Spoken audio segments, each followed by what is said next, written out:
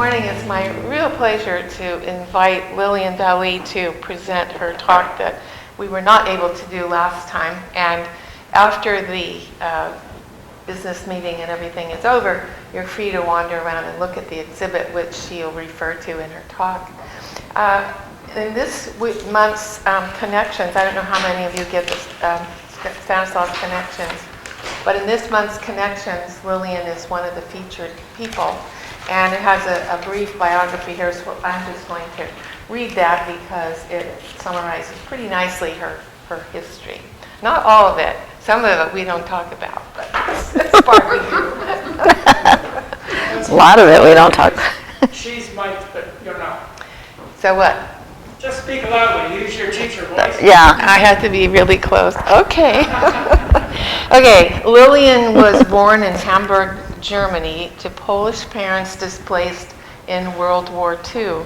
And she grew up in Detroit. And she actually is writing a story about Detroit and what it was like living there, which would be sort of a historical document, I think. And she has spent most of her life, however, in California and the last 37 years in the Central Valley. She's earned degrees in English literature, Slavic languages, and literatures from the University of California, Berkeley, and is an award-winning translator of literature from Polish. She taught English at Modesto Junior College for over 2 decades, which is where I met her on a retreat where we went to look for the secret place, right? That was kind of fun. It was. So she's taught for over 2 decades here. She's published widely, translations, articles, reviews, and poems, and has given over 100 public talks and lectures on subjects ranging from the poetry of Polish poet Czesław Miłosz to the critical ecological value of oaks and Central Valley habitats. So this is Lillian's opportunity to share with you what she's known and what she's developed in her own little native garden, plus she's been sort of a foundation member of the Great Valley Museum and offered lots of resources to that. So let me introduce Lillian Vallee. Thank you. Thank you very much. Good morning, everyone. I want to thank Lynn, first of all, and the Pen Women for the honor of having me here to listen to me again, and for the staff for allowing us to meet here, because it's one of my favorite places in Modesto and on planet Earth. I was invited to talk about a book, Rivers of Birds, Forests of Tules, which appeared at about the same time as the virus, that put us all out of commission for a while. And what I would like to have in common with the virus, as far as the content of the book goes, is that it has the infectiousness without, the lethal effects of even putting you to sleep or something like that. I draw your attention to the mural at the back of the book, which is here, thanks to the grace of Arnold and the Great Valley Museum, and this depicts the Great Central Valley around the year 1800, and has always been in the museum, even when it was an infant on the corner there of Stoddard and College, and now moving into its adolescent phase. And I also wanted to draw your attention to the fact that the drawings here are Derek Madden's. He's the biology instructor here. And there is an exhibit at the back of all of his work. The drawings being in this book was an act of tremendous generosity on his part. He asked for nothing. He said, I could just use all the drawings. And if you have seen his drawings, they're very intricate, very detailed.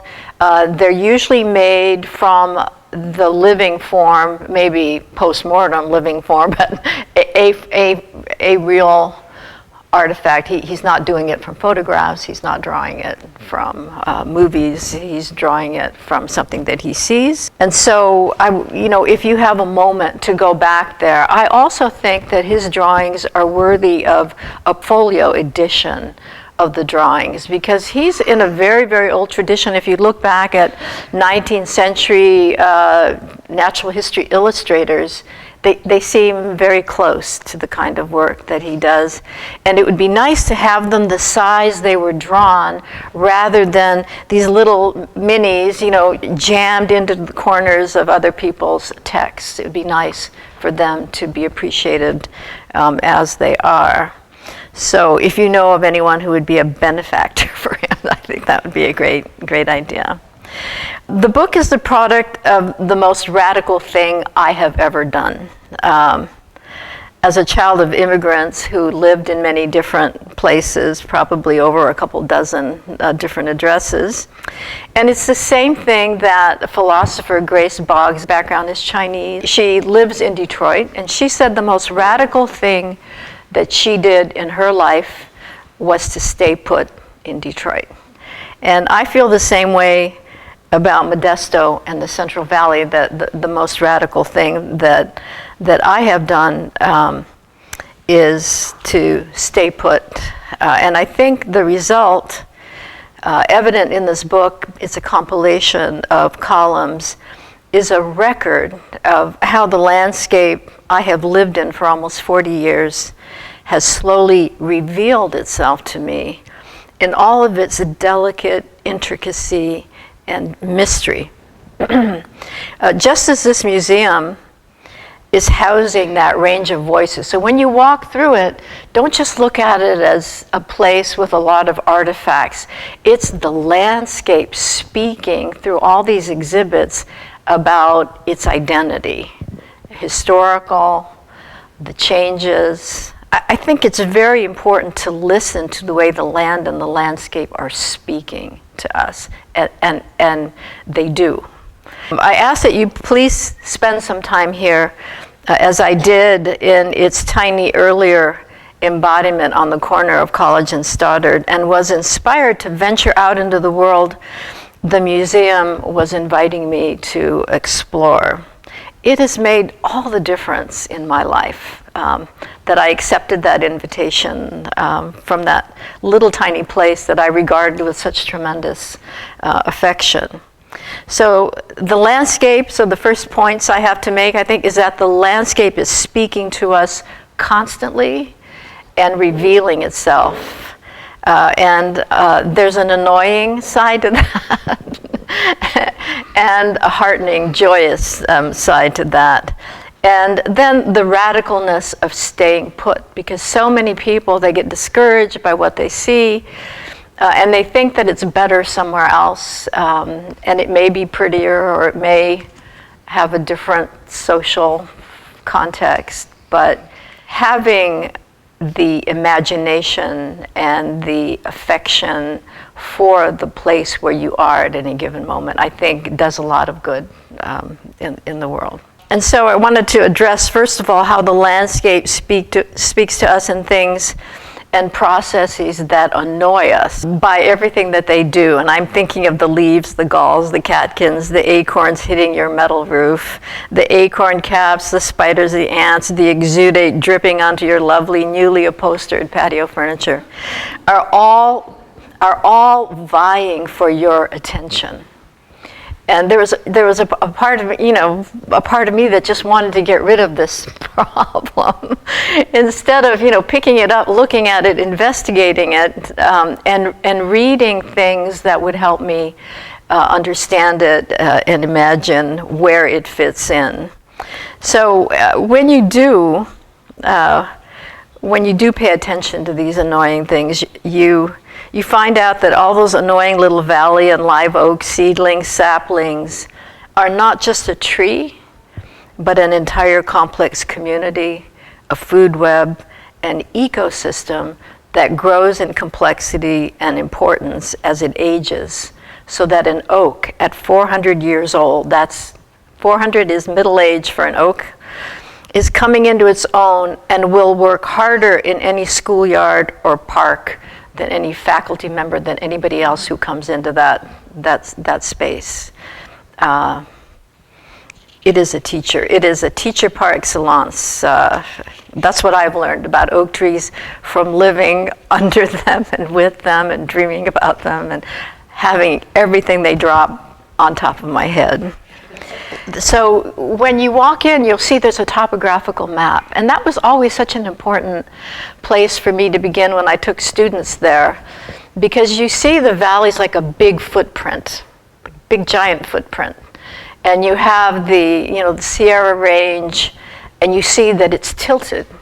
And it's tilted because it's sending all that snow melt back into the valley. And it gave students a really great understanding of how we got our water and how that whole hydrologic system functioned in our watershed. With the knowledge contained in that topographical map and 5 small cases in that museum, when I think back on it, representing 5 little cases representing Central Valley habitats, right? In these 5 little cases in microcosm, I could understand why when I went to pick up a load of chicken manure at a Foster Farm facility, I had instead my breath knocked out of me by a flock of sandhill cranes that rose in the air as I stepped up on a fence. That was like such a seminal experience for me.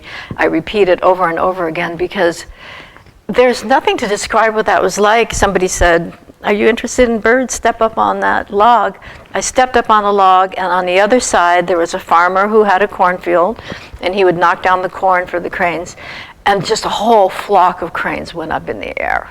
And so I'm looking at the lunar landscape of, industrial chicken agriculture, or husbandry, I guess I should say. And then this wild pulse over here, birds that are millions of years old, whose genes are millions of years old.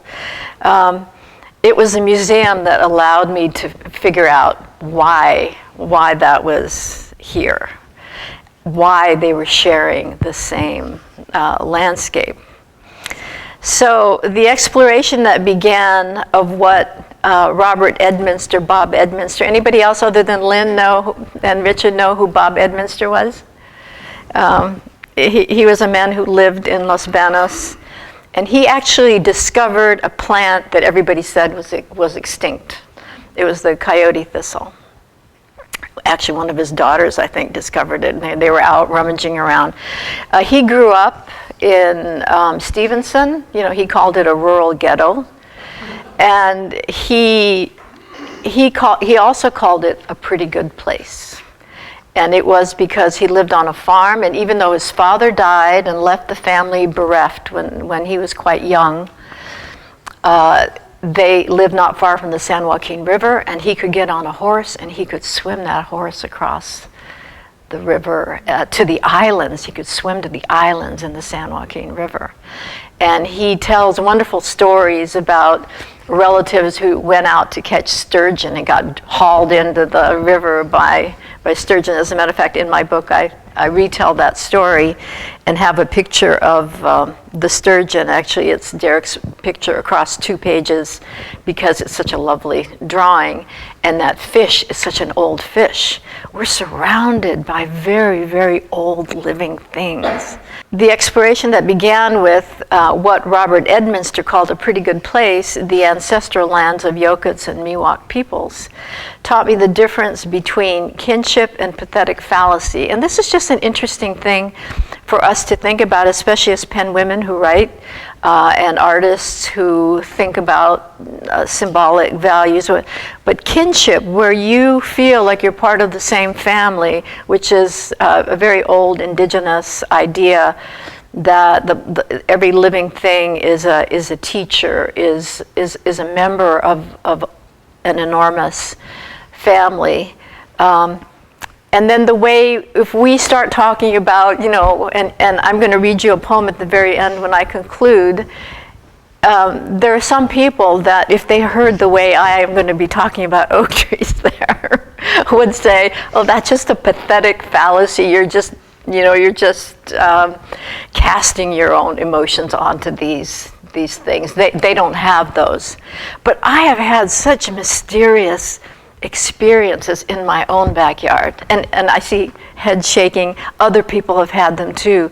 When you open yourself up to this world, the most amazing and mysterious things happen. And I can't believe that it isn't, on some level, a response to the way you're feeling about this world that you're moving in. This little place on the corner taught me that what lived in my backyard was as valuable as anything that lived in a national park or a refuge.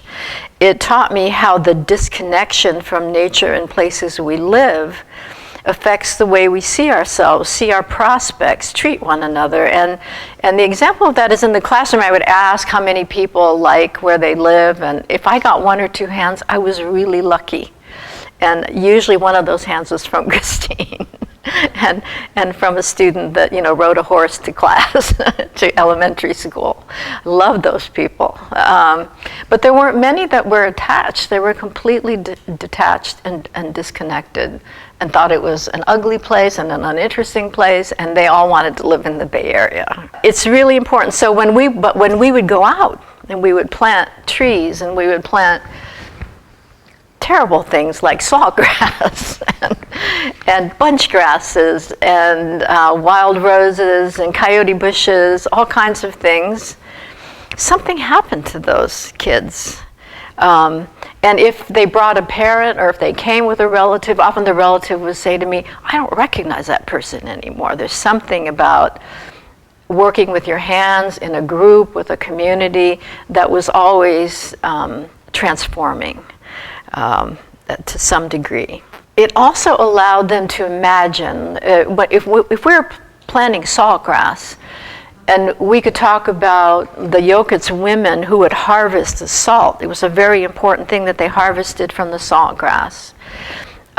Their imaginations began to function. They began to exist in an existential space that was broader than the one that they were assigned to. So we all have I don't know how many years I have. I don't know if I have another day or if I have another 2 decades. But I live within this narrow time span. When you can live imaginatively in a place where you can go back to the year 1800, or you look at that oak tree across the street from me that's almost 230 years old, and you think, that's a baby oak tree. That's still an oak tree that's a teenager compared to how long they can grow. They can grow to be 1,000 years old. In Britain, I read in this book, Wilding, which I'll talk about in a minute, I think they said they had quite a few oak trees that were over 800, 900 years old. So those veteran oak trees are there, and they are performing an incredible ecosystem value. Living in a place without imagination and without affection. And how do you arouse affection in young people to a place, which paradoxically builds on historical and biological knowledge? You have to have the science and you have to have the history. Without that, it's a drear existence, and everybody wants to leave. You're not attached. You don't have any affection. You're not invested in it. I also learned that in reclaiming the subtleties of the language of the natural world, in which the Brits excel. I love this book because I had to look up, I don't know how many dozens of words that had to do with like a swamp or a little weedy patch or something that they still have a word for. We've eliminated these out of our dictionaries, and they are eliminating them too. And she even talks about how they eliminated acorn and put in, iPhone or something. They put in some of the more technical things, that they're also eliminating that language. And again, I wanted to appeal to you as pen women to reclaim and hang on to and fight for those subtleties of language that refer to the natural world, because it allows us to recover the deepest sense of ourselves, I think. I'll talk a little bit about it, about this book. But I think Paul Shepard was right. observation of plants and animals and the attempt to put into speech what we feel among them is, again, paradoxically humanizing. It's a humanizing process because we recognize qualities in them that we possess, and it allows us to put a word to it. We soar, we waddle, we chicken out, we bear our misery. We call each other doves, sweet peas, as well as snakes and skunks and weasels, right? So as pen women who govern in these domains of the imagination and language, I just wanted to implore you to look around this building and read the language of the exhibits. There's so much here. It's so rich. When folks like Thomas Jefferson Mayfield, John Muir, Bob Edminster moved through this landscape, the first saw an expanse of wildflowers that made his mother cry and want to settle in the midst of it all. That was Thomas Jefferson Mayfield, who saw it from the top of Pacheco Pass. John Muir wrote that the floweriest walks were taken through the Central Valley, and that those walks and those days were the largest days of his life. I just love that word, for the largest days of his life. What does that mean? What are the largest days? The ones where you can embrace, encompass, accommodate the greatest number of other living things? I don't know. I don't know what he meant by the largest days, but it's a good thing to think about. What makes a day large, you know? What we see now is quite different, perhaps more fractured, but also much more veiled. It's kind of gone underground. Even from, I've only been here just under 40 years, but when I first got here and I walked to MJC, there were alligator lizards on the sidewalk over at Kewen Park, and there were otters and there were beavers in Dry Creek, and all kinds of birds nesting there, and parades of skunks walking around like there was some sort of a meeting of skunk people with all their little ones. I mean, I only saw that once, but I'll never forget it. It was like they had a parade through the park. When you look at the Valley Grassland exhibit, for example, it's got Tule elk and pronghorn. And these Tule elk and pronghorn once numbered in the hundreds of thousands. I mean, there was a 500,000 herd of Tule elk in the valley, and you can see some of them over at the San Luis Wildlife Refuge. They have a Tule elk day. And this was the largest, the Valley Grassland was the largest habitat in the Central Valley. And, people have compared it to the African Serengeti. But think that at one time, that habitat may have covered 23 million acres. It was 23 million acres of grassland, which is why when the Spanish saw it, they just brought all their cattle in, and they saw that it was a big pasture land. It's 99% gone. And so perhaps you can put a few bunch grasses, an onion grass or an alkali saccatan or a needle grass somewhere where it can spread a little bit. And it will spread.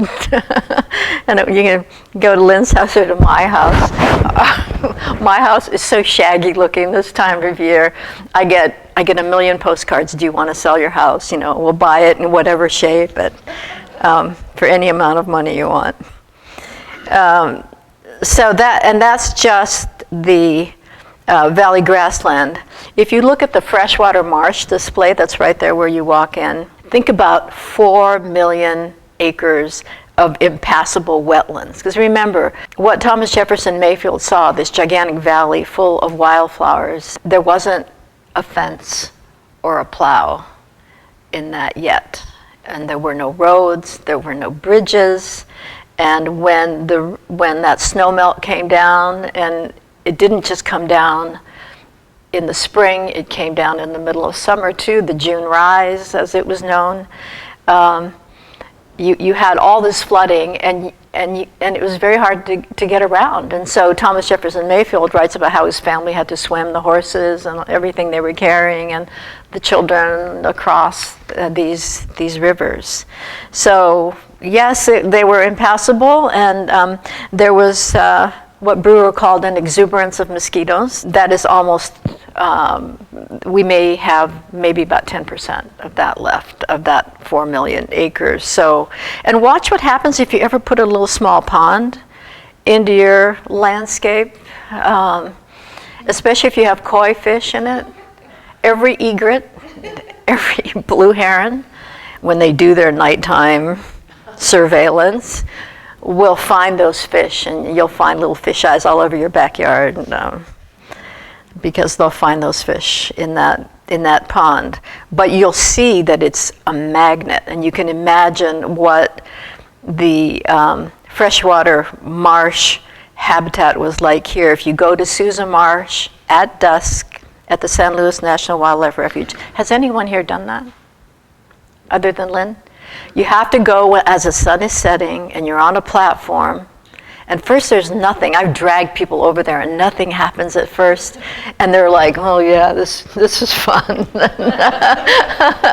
And then all of a sudden the cranes start coming from the east and from the south and from the west and from the north, and they're flying right over your head. They're just feet over your head, and they're coming from all the feeding fields. You have to do that, and this is a really good time of year to do that. As a matter of fact, I'm doing that this afternoon. So you will not forget it. But that's, if you go to that marsh and then go to Sousa Marsh and see that remnant of it, you'll understand about this, these vast numbers of migratory wildfowl that people can only get in photographs and in some of these accounts.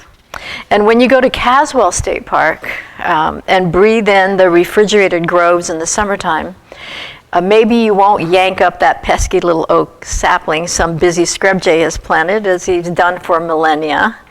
Maybe you will leave it if you can, and know that the riparian woodland gallery forests have gone from 1 million acres, sometimes miles wide at the river edges, to 10% of their former range too. So all of these are very diminished habitats, and so they're speaking to you. They're speaking to you, I think. See what they say. And when you look at the little desiccated exhibit of one of the most mysterious and still unknown vernal pool habitat, I look at that little exhibit of the, it's this little edge of a vernal, and it's so dried and shriveled up. And at one time, the vernal pools numbered like almost 4.5 million acres of vernal pools. Remember that Lynn and I want you to remember this story. Lynn and I once went to visit the pools at Kesterson and saw something very few people today have witnessed, a spadefoot toad hatch. Dozens, would you say dozens or more? Dozens, and this is an endangered species. And I'm saying dozens, I'm conservative in my estimate here, of tiny, slow-eyed, glistening toads backing into the mud the way we would back our cars into a garage. And they were just staring at us without fear, without any kind of expectations, their eyes registering our deliriously happy faces. The quickest facelift you can get at no cost. We were so happy, and we're still happy about it. Every time we see each other, we talk about it, and we're still happy about it. Before I close and take your questions, I just wanted to recommend a book by a journalist with the very appropriate name of Isabella Tree. And the book is Wilding, and I'll pass it around so you can take a look at it. The subtitle is Returning Nature to Our Farm. This is a fabulous, fabulous book, and it has ignited in me a desire for something that I probably won't do, but to start just a regional natural history book club with maybe like 4 books, important books for the area throughout the year, and just get people together and talk about this, talk about what she did, what happened. They had this huge estate, and they were farming it with all of the methods of industrial, modern agriculture, and they were losing money, and the debt was mounting, and they had to do something else. And they invited a man over who was an oak expert, a man who advises royalty, I guess, and the aristocracy on what to do with their oaks. And he saw that they had a 500-year-old oak and another 400-year-old oak. And she said once they realized that they were going to take care of those oaks, everything changed. And it did. And this is such a fabulous story. Sometimes it's kind of rough reading because it gets very technical, and she wants to ground everything in studies and science, and so sometimes it's a little rough getting through that, but it's just a fabulous story. What happened is beyond anybody's imagining on that estate. So I'll pass it around for people to take a look at. And so maybe somebody else will want to start that regional natural history book club. So I've written a brief summary of its main points of this book in that same issue that Lynn read from the November issue of Stanislaus Connections. It's an article called The Kindness of Oaks. It's also advocating for at least one oak tree in every schoolyard if they can have it, because I think it's a very cheap faculty member to have on campus if there's the place for it. The fact that kids would go there daily, weekly, seasonally, they would just learn a ton. They would learn. It's just like having, the oaks in your backyard where you're constantly learning. And the pitch here is also to conserve oaks into old age, because that's when they really become valuable. As they begin to disintegrate. This is that piece with some photographs of my scant acorn harvest. Anyway, so I hope you find something in this book that helps you bring nature home, that helps you rewild some little corner for a butterfly or a bee or a bird or a reptile, that makes you leave that scary looking spider I have this awful looking spider under my door. Every evening I look at it, I think, all right, I'm just going to leave you alone, because it goes away during the day. It's not there during the day. But most of all, I hope it brings you a minute or two of insight, or a minute or two of unadulterated joy. So I just wanted to read you two poems that I thought, to my mind, represent a little bit of what I'm talking about, what I have gotten from this close contact with this landscape. The first one is called Translucent at the Base. And I use a quote from a friend of mine, Judith Lowry, who wrote Gardening with a Wild Heart. I just absolutely love that book. That is the book for native gardeners.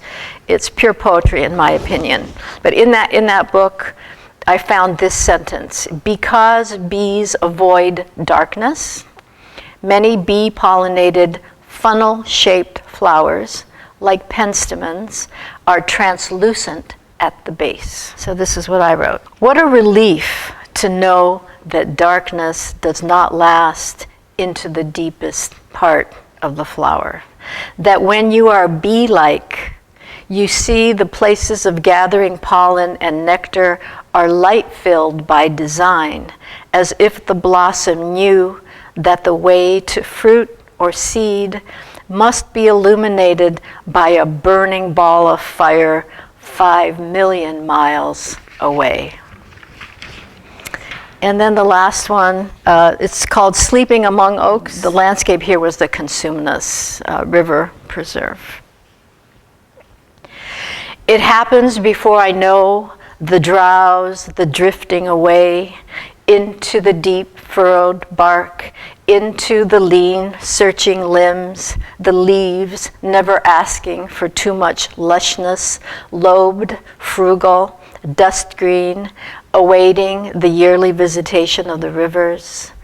The luster of new galls in the rust, the refrigerated groves beaming coolness to blackberry and wild rose, her fire-red hips congregating at the tips in the thorny understory along the grassy banks, filling in the levee road, filling in what is a road no more. They have lived here a long time. Their food is moderation, forgiveness. There is too much reflection in the shallow pools beneath to hold the venial sins of others against them. Remembering too much is an illness, cured by catastrophic floods, rescuing silt, another canopy of leaves, until the limbs become arms, teaching us to embrace the wayward, those lost under stars they cannot name. O Father Oak, Sister Oak, Mother Grove, you speak in the voices of cranes rising in fields at your edges, in owl call at dusk, persistent hunger of mosquito.